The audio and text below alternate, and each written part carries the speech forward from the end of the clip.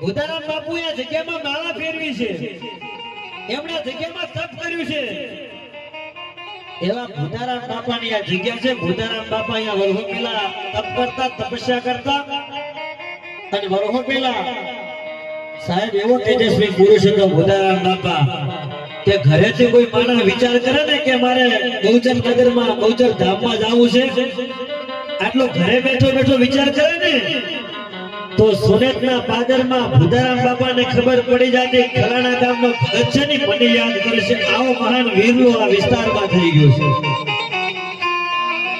અને અમારે માનસિંહ બાપા મને વાત કરતા હતા કે સિદ્ધરાજભાઈ ગાડીમાં મને વાત કરતા હતા કે ભૂતારામ બાપા જગ્યામાં થઈ ગયા, અમારે કુટુંબી સગા સંબંધીને વીછું કેળેલો, વીછું કેળેલો એટલે વીછું ઉતરતો નતો, એટલે એમણે વિચાર કર્યો કે ભૂતારામ બાપા રહેશે સોનેટની માલિપા, એટલે બહુચરા માતાજીના મંદિરમાં રહેશે, અહીંયા જાવું છે મારે। એટલે ગાડી કરી અને વીછુને ઉતારવા માટે થઈ અને 5 માણસો અહીંયા આવ્યા।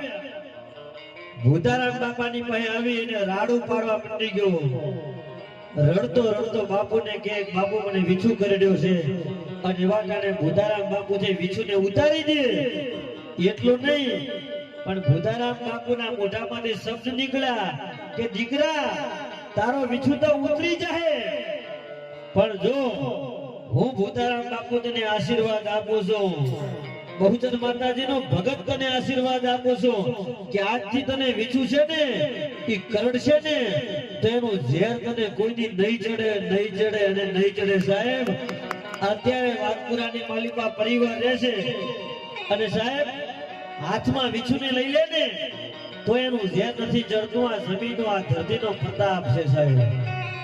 એટલે મારે આપની પાસે આગળ જતા લોક સાહિત્યની પરંપરાગત વાતો કરવી છે, પણ ઈ પહેલા પ્રકાશભાઈને જ્યારે પણ કાર્યક્રમમાં બાપુ મળતા